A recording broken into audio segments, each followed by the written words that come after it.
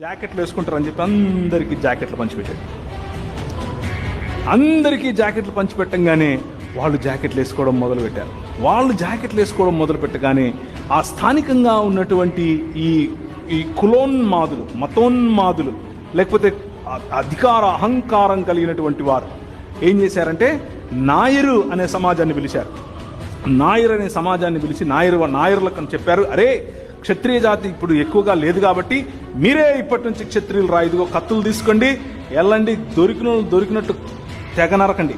ఏం నరకాలి? స్థనాలు, వక్షాలు నరకాలి, వక్షోజాలను నరకండి. ఎందుకు అనంటే వాళ్ళకంత ధైర్యమా, వాళ్ళకంత అంత కొవ్వ, మా ముందు వాళ్ళు బట్టలు వేసుకుంటారా? మనం ఇప్పుడు ఏమనుకుంటున్నామనంటే ఇది సనాతన కాలం నుంచి వచ్చినటువంటి సాంప్రదాయం. చూసారా మా చీరలు ఎంత బాగుంటాయో, ఎంత అందంగా మేము డ్రెస్ చేసుకుంటాం.